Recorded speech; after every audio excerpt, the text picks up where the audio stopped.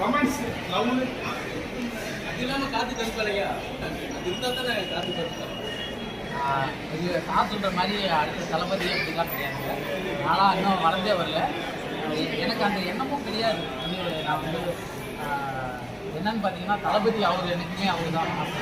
நான் வந்து கொஞ்சம் இப்போ தான் மக்கள் எனக்கு ஒரு இடம் கொடுத்தா போச்சு. இதில் வந்து சார் டேரக்டர் வந்து ஒரு டைலாக் சொன்னார். அந்த டைலாக் அது படத்தில் வந்து ஒரு ஹைலைட்டான டைலாக். அது வில்லனை பார்த்து நான் சொல்கிறது என்ன டைலாக்னா, ஏய் நீ என்னை பற்றி திட்டினேன், நான் வந்து என்னை பற்றி திட்டினேன். நீ என் குடும்பத்தை பற்றி திட்டினேன், நான் உன் குடும்பத்தை பற்றி திட்டினேன். அதுக்கு இதுக்கு சரியாக போயிடுச்சு. தேவையில்லாத இனிமேல் நீ பேசின அதுக்கப்புறம் நீ பேசவே முடியாது. ஏன்னா பணம் பேசாது. நான் சொன்ன டைலாக் வச்சுருக்காரு. அதை பார்த்தவொடனே எனக்கு ஒரு படம் என்ன தெரியா, ஒரு லவ் சீனு, ஒரு சாங்கு, ஒரு ஒரு ஹீரோ பஞ்சு எல்லாமே எல்லாமே சாரி இங்கே அப்படிதான் ஓகே. சார் நீங்க எப்படி ஃபீல் பண்ணீங்க ஹீரோங்கிறப்ப உங்களுக்கு என்ன தோணுச்சு?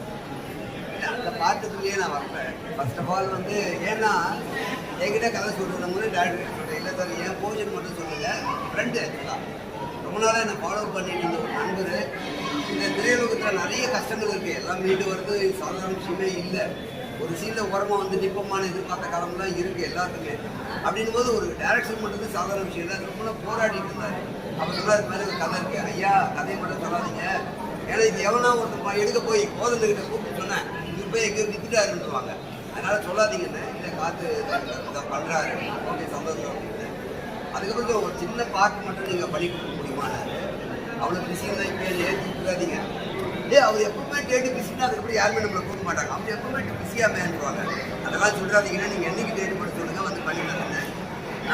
இவருக்கு ஹீரோவை பண்ணுறது என்ன சந்தோஷம்னா, யூடியூப்லேருந்து வர ஒவ்வொருத்தரும் தனக்கான வளர்ச்சி எல்லாம் எப்படி ஒரு தப்பு பண்ணுறாங்கன்னா தயவு செஞ்சு ஒரு வேலை இது கான்ட்ரவர்சி கூட ஆகலாம். பாதி பேர் யூடியூப்பில் பார்த்துட்டு வந்தவங்க தோற்று போகிறதுக்கு ஒரு காரணம் இருக்குது. இப்படின்னு பண்ணி தொலைச்சிட்டு டைலாக் கொடுத்தா பேச வரல, அங்கே போய் தோத்துடுறாங்க. அப்போ யூடியூப்ல நல்லா தானே பண்ணுறாரு, இன்ஸ்டாகிராமில் நல்ல ஃபாலோவர்ஸ் எல்லாம் கரெக்டு. இப்படி பண்ணுறது இல்லை ராஜா. அங்கே டைலாக் வேணும், டைலாக் மாடுலேஷன் வேணும், ஃபேஸ் ரியாக்ஷன் வேணும், பாடி லாங்குவேஜ் வேணும். இவ்வளவும் பண்ணாமல் போய் மாட்டேங்கிறாங்க. அப்படி பார்க்க போனால் இதுலேருந்து வந்து இதெல்லாம் பண்ணி சாதிச்சா எனக்கு சந்தோஷம் தான். ஏன்னா இது சோசியல் மீடியாவில் ரொம்ப வளர்ந்து வந்தால் சந்தோஷம் தான். இவ்வளோ மொழி வீடியோலாம் பார்த்துருக்கீங்களா சார்? என்ன தோணுச்சு? ஆக்சுவலாக ஓப்பனாக சொல்லணும்னா காத்துக்கரு குழுமத்தினுடைய கான்ட்ரவர்சி வீடியோ போதும்னு சொன்னாங்க. நான் இந்த விஷுவலுக்காக சொல்லி நான் பார்த்தேன், ரியலில் நான் பார்த்தேன் ஓப்பனாக. ஆனால் என்கிட்ட கான்ட்ரவர்சியாக இருக்க மட்டும் சொன்னாங்க. அவர் எல்லாமே கான்ட்ரவர்சியாக பேசுவார், கான்ட்ரவர்சியாக பண்ணுவாருனாங்க. அது அவருடைய பாணி, அவ்வளவுதான். இப்போ நான் கருத்து சொல்கிறேன், அது என்னுடைய பாணி. இன்னொருத்தர் சமையல் குறிப்பு சொல்கிறாங்கன்னா அவங்களுடைய பாணி. ஒருத்தர் மருத்துவ குறிப்பு சொல்கிறாங்க, அழகு குறிப்பு சொல்கிறாங்க. சிலர் வந்து கம்மியாக ட்ரெஸ் பண்ணிட்டு பண்ணுறாங்கன்னா அது அவங்கவுங்க பாணி. அது பிடிச்சிருந்தா உள்ள போய் பாருங்கள், பிடிக்கலையா வெளியே போயிடுங்க. அதை விட்டு அவங்க திட்டிட்டு நம்ம நடக்க. அதே மாதிரி இவருக்கு ஒரு பாணி ஏதோ கொண்டு வந்திருக்காரு. இன்னைக்கு இவரை பற்றி பேசுவாங்க, ஏதோ தப்பாக இருக்குது இல்லை ரைட்டாக இருக்குது, அவரை பற்றி பேசுகிற அளவுக்கு வச்சுதான் இருந்தேன் நான் இருக்கேன். இப்போ அதுலேருந்து என்னை பொறுத்த வரைக்கும் ஒரு வேலை தவறாக இருந்தால் அதுலேருந்து போய் மாற்றுவது நான் காமிச்சிட்டேன் என்னை யாருன்ட்டு. இனிமேல் நான் வேறு ரூட்டில் போகிறேன், என்னை வேறு மாதிரி மாற்றிக்கலான்றது என்னுடைய தனிப்பட்ட கருத்து. அது அவருடைய கருத்து. நான் என் மனசில் பற்றி நீங்கள் என்ன இருக்குன்னு நினைக்கிறேன். உன் குடும்பத்தை பற்றி பதில் வச்சுருக்கேன், அவ்வளோதான், நிறுத்திக்க சரியா? இனிமேல் நீ ஒரு வார்த்தை பேசின அதுக்கு மேலே நீ பேசவே முடியும். ஏன்னா பணம் பேசாத, நான் பொண்ணு இருப்பேன்டா. இதுதான் வந்து படத்தில் வந்து கடைசியாக வந்து கிளைமேக்ஸ். படத்துல வேற வேற கெட்ட போடுற மாதிரி ஒவ்வொரு பஞ்சு பஞ்சா இருக்கு சார். என்ன சார் பேசுறாங்க, நிறைய பஞ்சு இருக்கு சார். பஞ்சு அந்த அளவுக்கு ஒவ்வொரு பஞ்சுமே இடிக்கிற மாதிரி இருக்கு. 2-3 கெட்டப்ல நடிக்கிறாரா?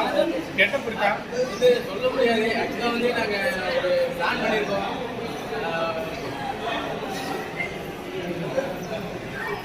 மூணு கெட்டப் ஒரே ஹீரோயின்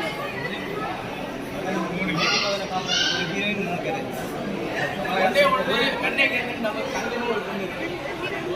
ஒரு ஒரு ஒரு கலை வந்து கெட்டவன், ஒரு கலை வந்து நல்லவன், இன்னொரு கலை வந்து ஒரு வித்தியாசமானவன்.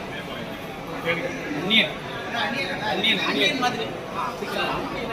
இது வேற அந்த படத்தை வந்து எப்பவுமே நாங்க எடுக்கவே மாட்டோம், ரெஃபரன்ஸ் எடுக்கிறதே கிடையாது. அந்த படத்தை எடுக்கிற மாதிரி ஐடியாவே கிடையாது. இந்த படத்தை எடுத்தாலே ஒருத்தவங்க வந்து இறந்துருவாங்க, ஒரு நான் தான் அது.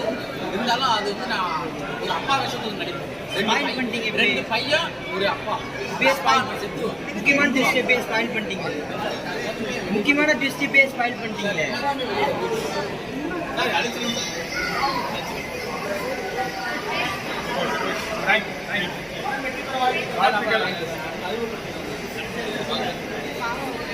நமக்கு வந்து உறுதுணையா இருக்கிறவரு நம்ம இன்னொருத்தர்